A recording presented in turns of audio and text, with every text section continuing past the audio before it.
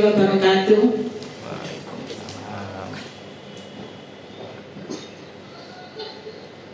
Bismillahirrahmanirrahim. Alhamdulillahirabbil alamin. Selamat sore saya sampaikan kepada Bapak Ibu sekalian. Saya terima kasih kepada Bapak Ibu. Semoga pada sesi pelatihan di sore hari ini kita senantiasa mendapatkan kesehatan dari Allah Subhanahu wa Ta'ala, sehingga kita dapat mengikuti pelatihan ini dengan sehat dan semangat. Untuk season yang ketiga pelatihan hari ini tentang pemberian suku bunga kredit, yang dalam hal ini bisa diartikan sebagai base lending rate.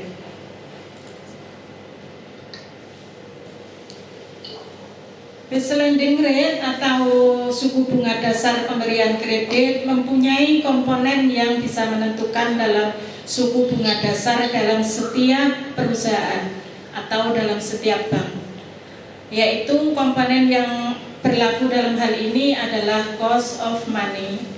Yang kedua adalah profit margin, yang ketiga adalah risk premium.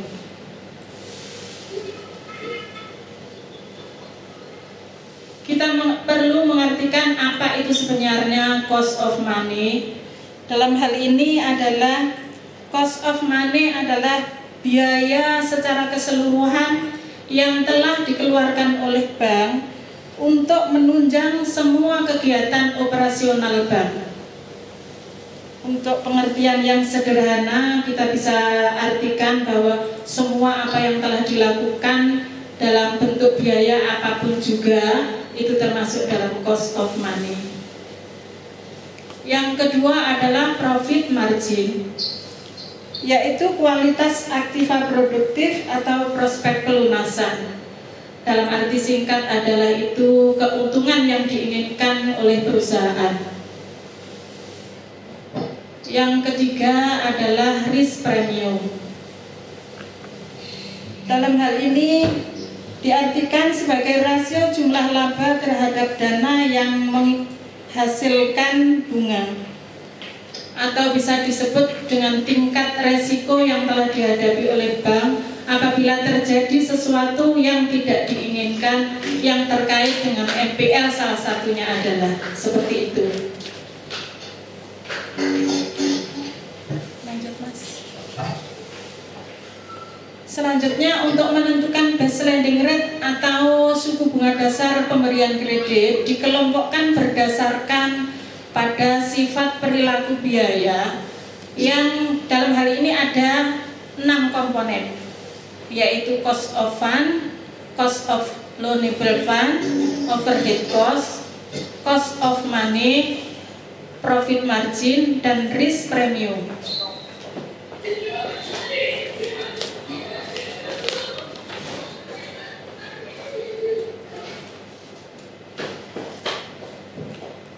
Cost of fund adalah seluruh biaya yang dikeluarkan oleh BPR dari hasil yang telah dari dana yang telah berhasil dihimpun. Dalam arti yang sederhana adalah suku bunga yang diberikan kepada nasabah atas dana yang telah disimpan kepada bank. Yang paling sederhana lagi adalah bunga yang diberikan kepada dodosan atau bunga yang diberikan kepada nasabah sebagai penabung. Kurang lebihnya seperti itu. Yang kedua, cost of loanable fund adalah biaya dana yang disalurkan untuk mendapatkan pendapatan, untuk menghasilkan pendapatan. Dalam hal ini adalah bisa dicontohkan sebagai dana dari bank lain, dari pihak ketiga,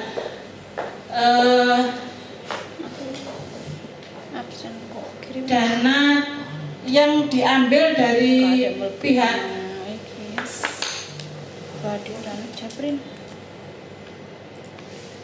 dalam artian pinjaman dari pihak ketiga, Cost of loanable singkatnya adalah pinjaman dari pihak ketiga. Suatu misal begini, kalau kurang lebihnya seperti itu. Misalnya bank membutuhkan pinjaman dari pihak ketiga dalam 1 miliar misalnya. Ini misalnya dari pinjaman itu ada bunga 1%. Nah, dari bank itu akan disalurkan kembali kepada nasabah dengan bunga yang lebih dari itu, dengan tujuan untuk memperoleh pendapatan yang lebih dari itu. Karena pinjaman dari bank 1%, makanya bank akan memberikan pinjaman kepada bank lain dengan tujuan untuk memperoleh pendapatan dari pinjaman tersebut. Yang ketiga yaitu overhead cost, yaitu biaya selain bunga. Dalam hal ini ada 2 tingkatan, 2 variabel kalau tidak salah, yaitu biaya tetap dan biaya tidak tetap. Dari biaya tetap itu kita artikan sebagai biaya yang telah dikeluarkan dalam bentuk misalnya gaji pegawai, pajak, dan lain sebagainya. Dan bagi yang biaya yang tidak tetap bisa diartikan, bisa dicontohkan selain itu adalah misalnya fee, kredit, atau jasa kolektor yang sewaktu-waktu bisa berubah. Yang keempat adalah cost of money, yaitu biaya secara keseluruhan yang telah dikeluarkan oleh bank dalam menunjang setiap kegiatan operasional bank. Yang kelima adalah profit margin, atau yang tadi sudah saya sebutkan, bahwa profit margin adalah keuntungan yang diinginkan oleh suatu perusahaan dalam meningkatkan suatu keuntungan. Yang keenam, yang terakhir adalah risk premium, yaitu resiko yang telah dihadapi, yang tadi juga saya sudah sebutkan. Risk premium adalah resiko yang telah dihadapi suatu perusahaan, suatu bank apabila terjadi sesuatu yang tidak diinginkan, terkait juga dengan NPL, salah satunya adalah seperti itu. Ini adalah 6 komponen yang menjadi dasar untuk melakukan suku bunga dasar kredit. Suatu bank.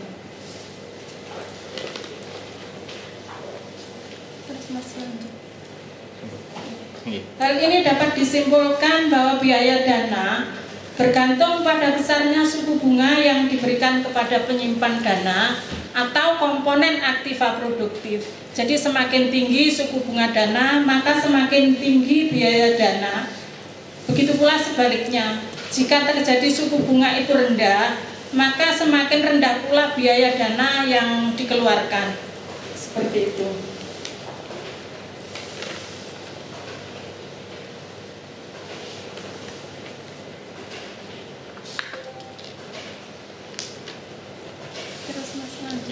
Sampun. Sudah. Lanjut. Oh ya, wis. Selanjutnya ada overhead cost, yaitu biaya overhead adalah biaya-biaya di luar biaya dana yang terdiri dari biaya variabel, biaya tetap, dan sebagian variabel atau sebagian fixed cost.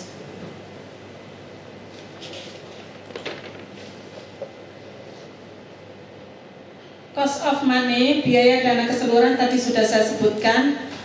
Biaya dana keseluruhan itu adalah total biaya dana dan biaya lain yang dikeluarkan oleh bank dalam rangka menunjang seluruh kegiatan usaha. Dalam hal ini ada rumus seperti itu, cost of money sama dengan cost of loanable fund plus overhead cost.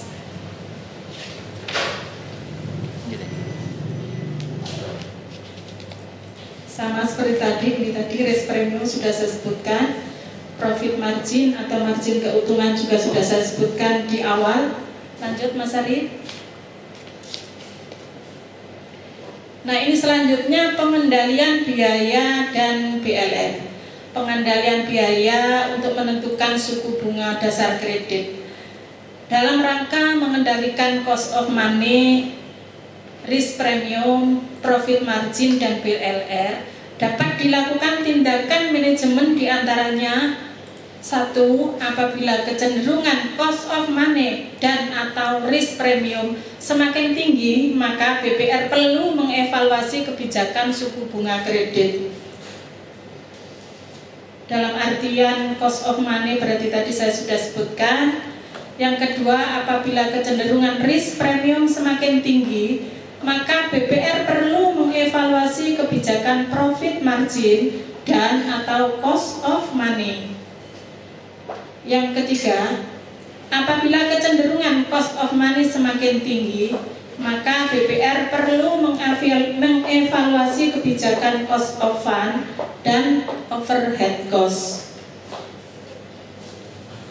Selanjutnya, apabila kecenderungan cost of money semakin tinggi dan suku bunga kredit tidak kompetitif, maka BPR perlu mengevaluasi kebijakan cost of fund, overhead cost, dan profit margin.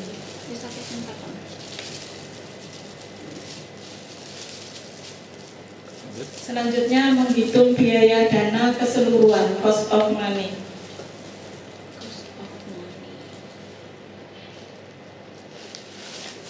Secara umum, ini sudah dijelaskan dari awal tadi.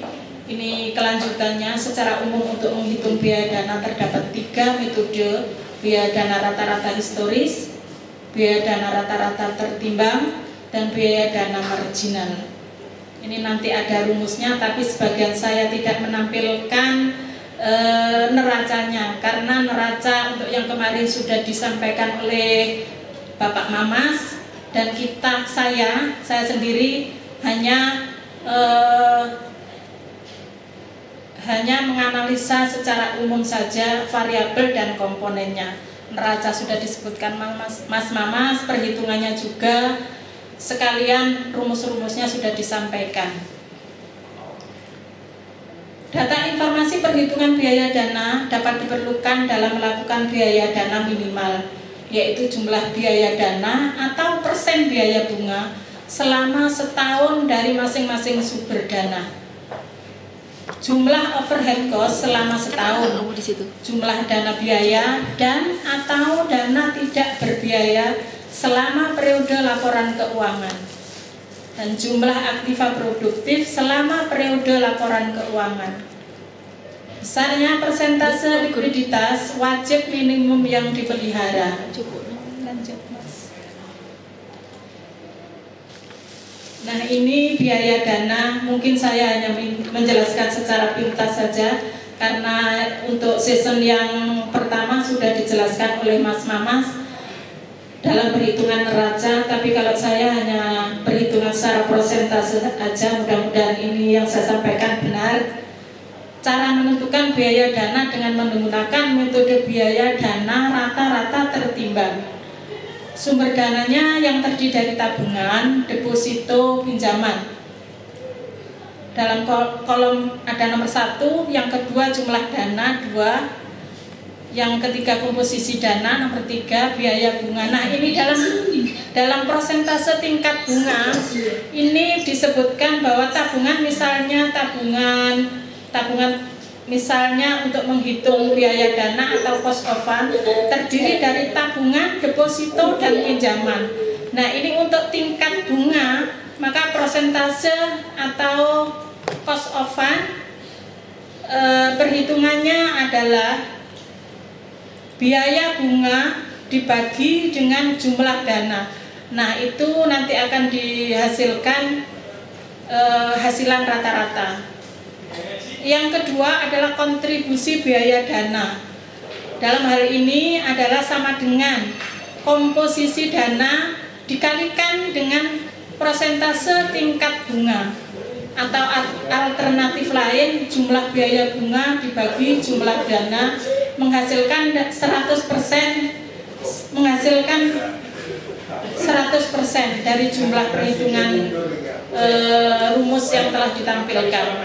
Mungkin seperti itu yang bisa saya sampaikan ini, barangkali nanti ada salahnya, mohon maaf. Selanjutnya Mas Arif. Suaranya nggak keluar. Tuh, putus. Putus bener. Aku yang putus.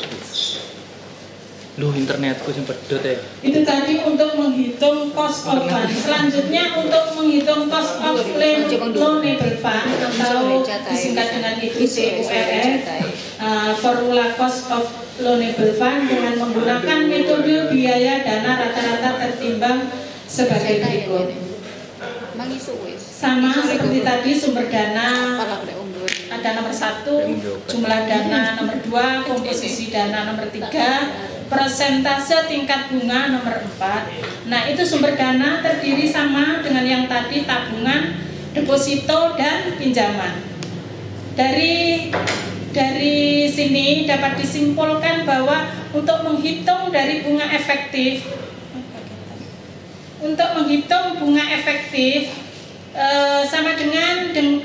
sama dengan tingkat persentase tingkat bunga dibagi dengan sumber dana dikurangi dengan bunga efektif, itu akan ditemukan cost of loanable fund. Sedangkan untuk kontribusi biaya dana sama dengan komposisi dana kali bunga efektif, itu nanti hasilnya seperti itu. Atau alternatif lain, cost of fund dibagi 1 dikurangi, sebentar, lihat catatan.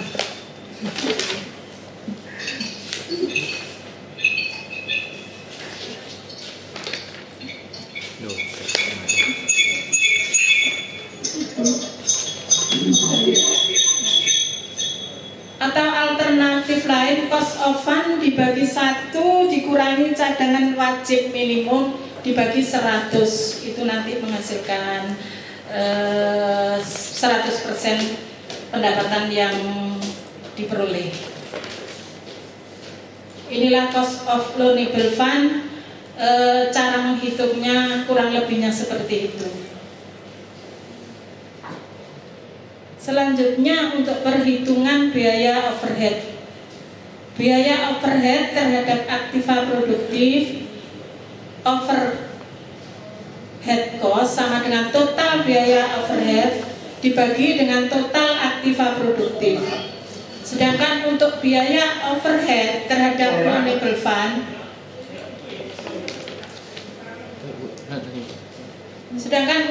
untuk overhead cost, saya ulangi lagi untuk perhitungan biaya overhead. Biaya overhead terhadap aktiva produktif, overhead cost sama dengan total biaya overhead dibagi dengan total aktiva produktif. Sedangkan biaya overhead terhadap loanable fund yang ditetapkan oleh BR, overhead cost sama dengan total biaya overhead dibagi dengan total loanable fund.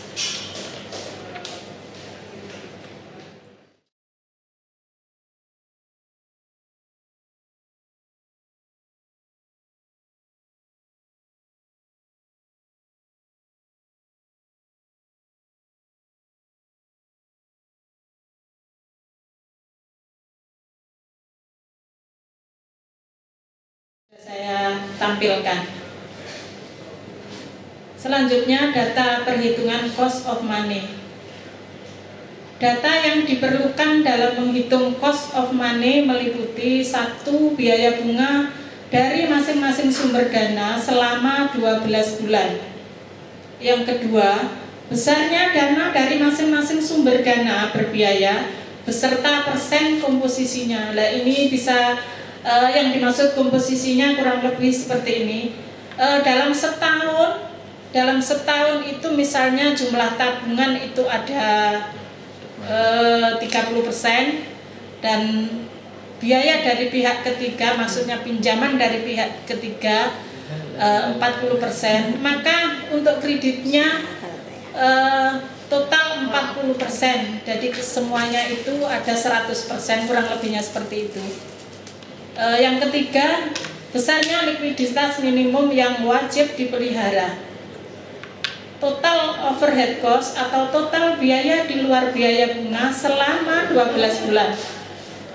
Total aktiva produktif, kredit, dan penempatan pada bank lain selain giro. Itu data perhitungan cost of money secara keseluruhan. Oke, terima kasih Bu Sumining atas penjelasannya tadi, cukup singkat ya. Cuma karena memang kemarin ini materinya dibagi dua sebenarnya teman-teman ya.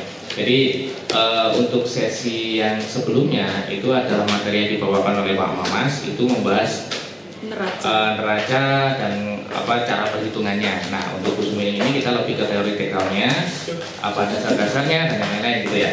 Nah, tapi kedua materi ini masih saling terkait. Nah, Bu Sumining, ini ada beberapa pertanyaan nih dari teman-teman ini. Ada, mohon maaf komputer saya tadi putus. Nah, ini ada beberapa pertanyaan. Nah, ini salah satunya dari Mbak Maulin. Mbak Maulin ini dari sesi pertama sampai dengan sekarang ini rajin sekali bertanya ya, bahkan nomor 1 pertanyaannya itu ya. Sangat hebat ya. Nah, pertanyaan ini secara umum mungkin bisa dicatat dulu ya Bu Sumining ya. Nanti bisa dicatat. Nah, nanti setelah ini saya bacakan beberapa pertanyaan, nanti sama Bu Sumining nanti akan langsung dijawab gitu ya. Secara umum bagaimana cara Bank menentukan suku bunga dasar kredit base lending rate? Kayaknya tadi udah udah dijawab sama Bu Sumining, udah dijelaskan juga panjang lebar ya. Cuma mungkin nanti di review sama Bu Sumining ya, disampaikan pokok-pokoknya aja. Kemudian ada lagi pertanyaan dari Mas Rahmat Suarjana. Apa tujuan kebijakan dilakukan transparansi informasi suku bunga dasar kredit? Ya, mungkin ini maksudnya tujuan kebijakannya, ini tujuannya siapa ini Mas Rahmat ya? Apakah tujuannya BPR atau tujuannya siapa gitu kan? Mungkin bisa diperjelas di chatbox nggak apa-apa, tapi ditulis saya sama Bu Sumining ya. Apa tujuan kebijakan dilakukan transparansi informasi suku bunga dasar kredit? Kemudian dari Mbak Rahma, dengan diumumkannya suku bunga dasar kredit atau SBDK, apakah debitur bisa mendapat penyesuaian suku bunga yang sudah dikenakan oleh bank? Sama ya kayaknya ya, sama Mas Rahmat ya. Sama intinya adalah sama Mas Rahmat gitu ya. Ditulis dulu Bu Sumining atau di sini baca, dipersiapkan untuk jawabannya Bu Sumining ya. Kemudian satu lagi nih dari Mas Zaki, oke. Selama ini kita mengenal suku bunga kredit dan suku bunga simpanan, yang mana keduanya berbeda besarannya. Nah, apa yang menyebabkan keduanya berbeda? Mohon dijelaskan perbedaannya. Kurang lebih seperti itu ya Mas Zaki ya. Oke, Bu Sumining mungkin bisa 4 pertanyaan dulu ya. 4 pertanyaan dulu akan dipersiapkan jawabannya oleh Bu Sumining. Nah, setelah ini akan langsung dijawab oleh Bu Sumining. Monggo Bu Sumining ya. Untuk yang pertama saya jawab dari pertanyaannya Mbak Maurin. Mungkin dari awal sudah saya sebutkan bahwa untuk menentukan suku bunga dasar kredit atau base lending rate bisa dikelompokkan menjadi 5 komponen, yaitu dengan yang pertama dengan melihat cost of fund atau biaya yang harus dikeluarkan oleh setiap bank. Intinya kita melihat yang pertama adalah biaya dana.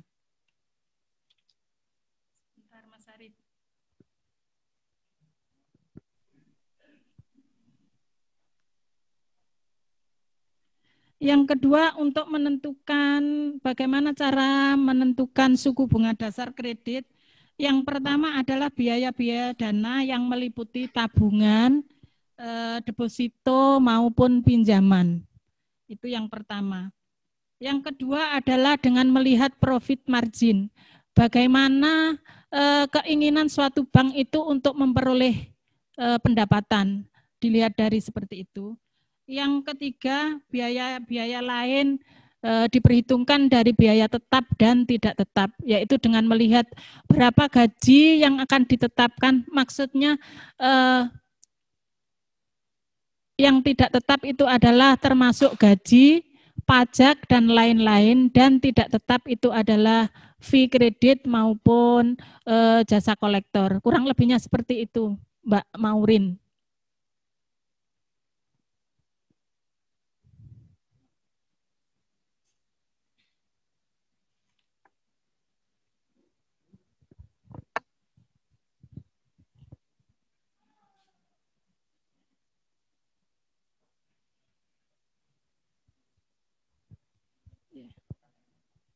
Yang kedua, pertanyaan dari Mas Rahmat, yaitu apa tujuan diberlakukannya transparansi informasi suku bunga. Saya coba menjawabnya, mudah-mudahan jawaban ini bisa diterima dan mudah-mudahan ini walaupun tidak sempurna, tapi setidaknya saya berusaha untuk menjawab. Tujuan dikeluarkannya kebijakan adalah untuk meningkatkan transparansi mengenai karakteristik produk perbankan termasuk manfaat biaya dan resikonya. Dan memberikan kejelasan kepada nasabah bahwa informasi untuk suku bunga yang telah ditentukan telah diberikan kepada nasabah secara jelas, sehingga antara pemilik bank dengan nasabah tidak ada keraguan untuk meminjam uang di bank. Kurang lebihnya seperti itu. Atau meningkatkan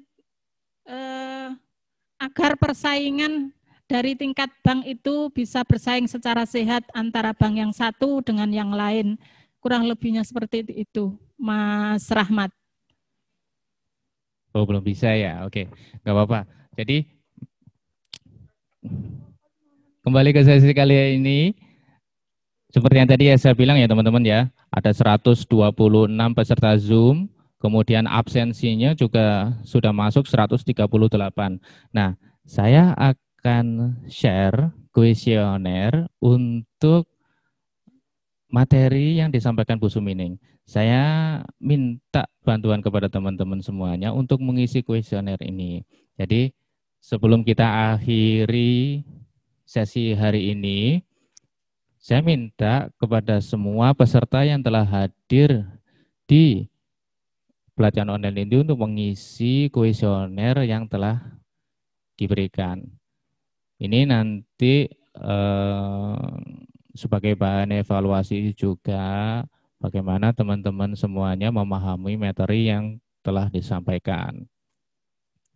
Kemudian untuk hari Jumat, ya, hari Jumat depan, sebentar.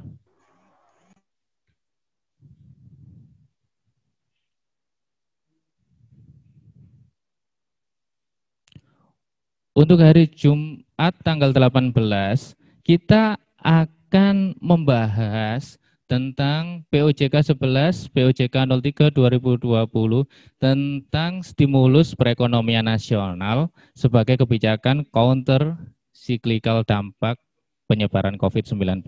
Nah, materi ini akan dibawakan oleh Bu Umi.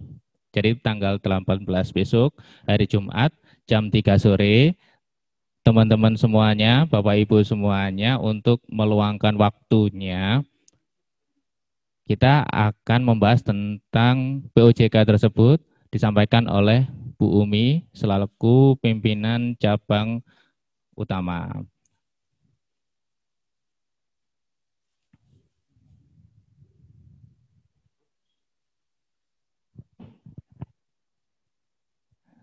Baik, teman-teman semuanya, Bapak Ibu semuanya, saya sudah menerima tanggapan untuk sesi kali ini.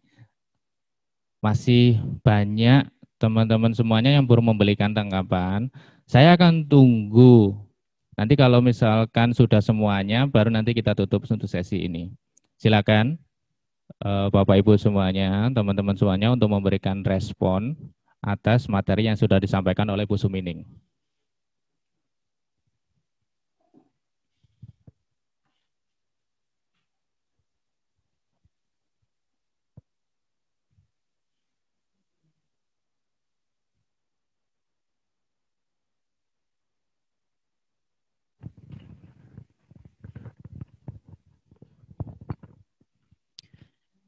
Saya kira untuk pelatihan sore ini saya akhiri sampai di sini. Apabila ada kesalahan atau jawaban yang kami sampaikan, kurang lebihnya saya mohon maaf. Karena sesuatu itu adalah keterbatasan saya untuk menjawab. Saya minta maaf yang sebesar-besarnya kepada Bapak Ibu semua. Saya akhiri, wabillahi taufiq wal hidayah. Wassalamualaikum warahmatullahi wabarakatuh. Terima kasih kepada Bu Sumining, terima kasih kepada semua teman-teman semuanya yang telah hadir meluangkan waktu hari ini. Sekali lagi responsnya saya tunggu untuk pelatihan sesi hari ini. Untuk sesi hari ini kita akhiri. Terima kasih sekali lagi. Assalamualaikum warahmatullahi wabarakatuh.